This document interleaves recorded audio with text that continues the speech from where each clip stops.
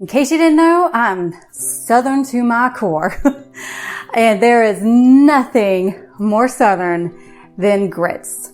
But we're not just going to be making grits today. We're going to be making cheese grits. The best cheese grits you will ever have in your life, because they are also going to be freshly milled right here at home.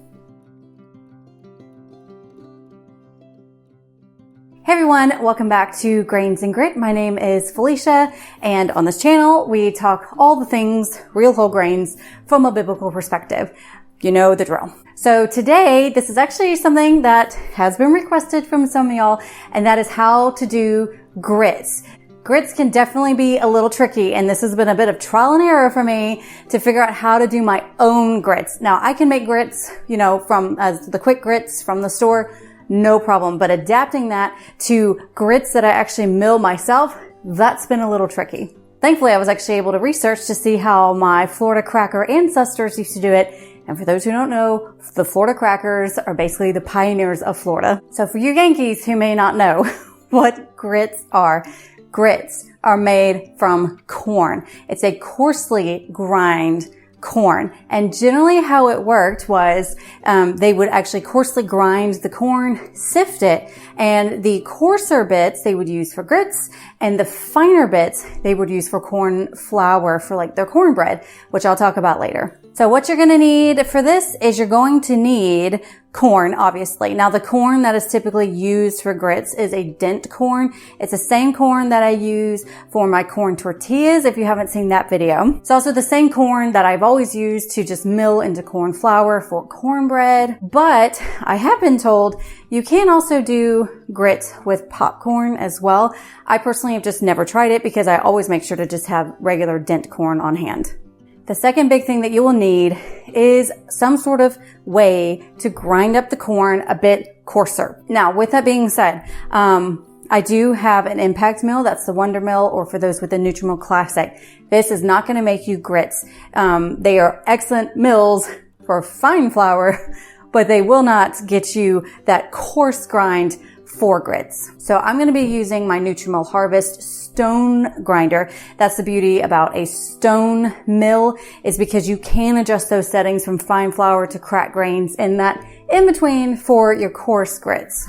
If you do not have a stone mill, if you have a powerful blender like the Vitamix or the Blendtec, it is quite possible that you can do it in there as well, but you're going to have to watch it, because I know with the Vitamix, I have accidentally like that ground it way too fine and made fine flour instead of grits. Another option is possibly a coffee grinder. I recommend an electric one, although I personally have not tried it yet, but it does grind coarsely, and it is possible that it will do the corn. I've not tested this out, and I'm not sure if the dried corn is more tough, more hard than coffee beans. So something to consider there. If you have tried making grits from a coffee grinder, please comment below and let me know.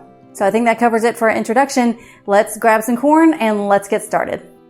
So here we are at my milling station. This is Miss Nancy Nutri-Mill Harvest. And as you can see, I'm adjusting the stones to get that coarser grind. And so we're going to add in the corn here. And I have found that for this particular mill, anywhere between 2 and 3 o'clock position tends to give me the coarseness that I'm going for. It's a bit closer to like the 3 o'clock position, but you may need to adjust depending on the mill you have. Just adjust until you see the right coarseness for grits.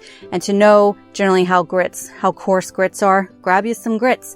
Get you some stone grind grits or even grits from the store, and that'll give you an idea of the coarseness of the grits, because it's a little hard to communicate that on camera.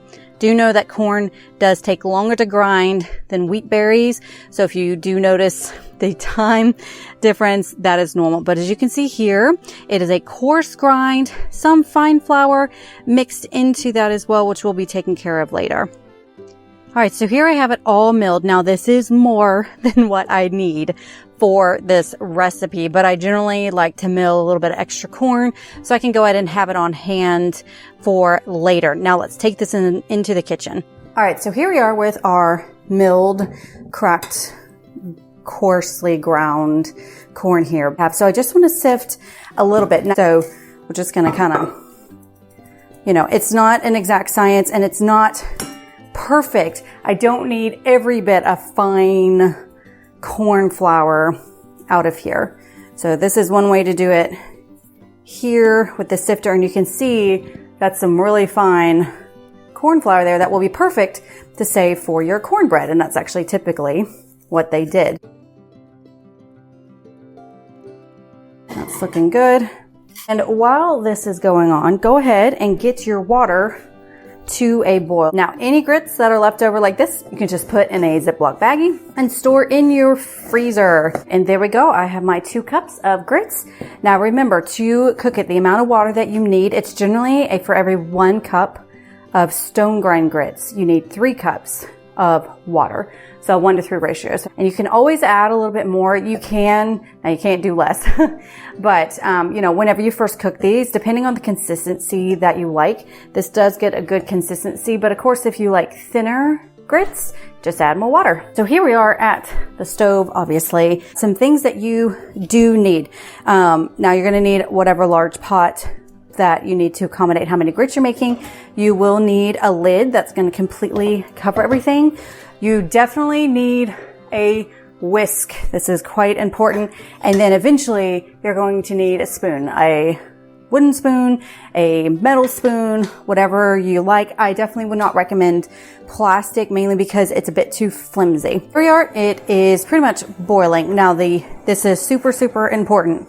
Anytime you're making grits, no matter what kind of grits that you make, you need to first add them with a whisk. If you just dump all these in, it's going to clump together, and that is no bueno. Also, I found that a spoon just does not break it up as well either. So we're going to just generally just start to whisk, slowly kind of start pouring these in while whisking everything into submission. And then when this is good and whisked, we're going to turn it down to low or just above low, and we put our lid on. Now for the first, I would say anywhere from 5 to 15 minutes. It kind of all depends on the heat of your water and stuff.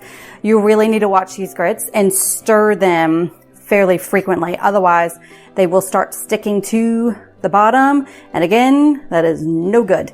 And be very careful, because when it's boiling like this, they do like to splatter on you. So I just like to kind of hold the lid like this, kind of get in, just do a quick stir, and you will feel if there are any lumps, if anything is sticking to the bottom of the pan. You need to watch it. So obviously if it starts overflowing, turn down your heat. But generally you're wanting it to be a good simmer, and this is going to take anywhere from 45 minutes to an hour to cook. And eventually it will get to the point where I will not have to stir it as frequently. So here we are. You can see it's boiling. I probably need to turn this down just a little bit, because I have been burned so many times by grits because it pops out.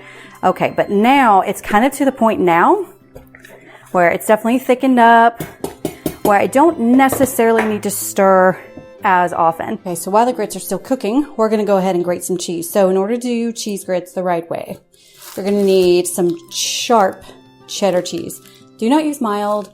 Please use sharp. You are not going to have the same cheese flavor. And for heaven's sakes, do not use that sliced cheese. Just don't. So you want sharp cheddar cheese. You also want to grate it yourself. If you buy the shredded, that does not melt as well as the block cheese. So you also need some butter. Now, in case I didn't mention this before, I am doubling the recipe, and you do have a printable recipe that is down in the description box below that you can print out, and I am doubling that recipe. And you also need some salt, which of course I always use Redmond's real salt, and I do have a coupon code for you guys if you're wanting some really great salt. So that will be in the description box below as well. And of course, a grater. All right, so here we are set with our cheese and our butter and our salt, and it's been about 30 minutes since the grits have been cooking, so time to go check on those again. And these really are looking beautiful. Again, I gotta have my shield here And that's just water dripping on my burner from the condensation. Now to test for doneness, I just take a little bit, put a teensy bit on like my little serving plate here, and then wait for that to cool down like crazy. But as you can see, it's already starting to form together, look a little bit more of that gelatinous type look that grits have. So let me test these. That is actually almost done, and wow. So again, I did cook it up a bit higher. You can see how bubbly it is. You can go lower than that for a slower cook, but we are now to a really good point when either they are done or mostly done. Now we're gonna add our cheese, our butter, and our salt. We're gonna dump that in there, and we're gonna just give this kind of stir it in. So there we are. I just leave it on there for a few more minutes. Now again, these I'm pretty sure are done. So I'm gonna go ahead and turn off my burner, and we're gonna allow the cheese and the butter to melt. But you periodically, just need to really stir in that cheese. You can wait until the end to do this. All right, and here we are, our beautiful cheese grits. Now, the color, of course, will depend whether you're using white corn, if your cheese is yellow. I used yellow dent corn to do this, and of course the white cheese. So mine has a beautiful yellow color to it, and y'all, it is time to ladle this up. Now, in case you're wondering what cheese grits are served with, first of all, well, breakfast, duh. And so these can be on a plate with some eggs and some toast, maybe some bacon. And here, this is how we serve it plain. If you really want to be fancy, you can sprinkle some bacon on top, but we typically do not do that. These are also perfect for your fish fries. It is tradition. You must have cheese grits for a fish fry. It's not a fish fry without cheese grits. Time for us to enjoy. Oh my gosh. Oh, that's hot. But oh my word, that is so good. That is slap yo mama good. That is so incredibly good. And so much more flavorful, just like we do whenever we nixtamalize our own corn, make our own corn tortillas, our own cornbread. When you mill the corn yourself, you maintain such a flavorful corn flavor. But with that cheese, y'all, the cheese and the butter is the key. It's not cheese grits without butter and cheese and of course the salt. All right, so there you have it. The best cheese grits you'll ever have in your life. And the key to getting it very close to store-bought as far as texture is that sifting that I did to get out that really fine stuff. So hopefully this was helpful. Let me know what you serve your cheese grits with. Let me know if you've never tried grits before. Just let me know in the comments your thoughts about this. I hope you'll have a wonderful day, and I'll see you next week. Bye.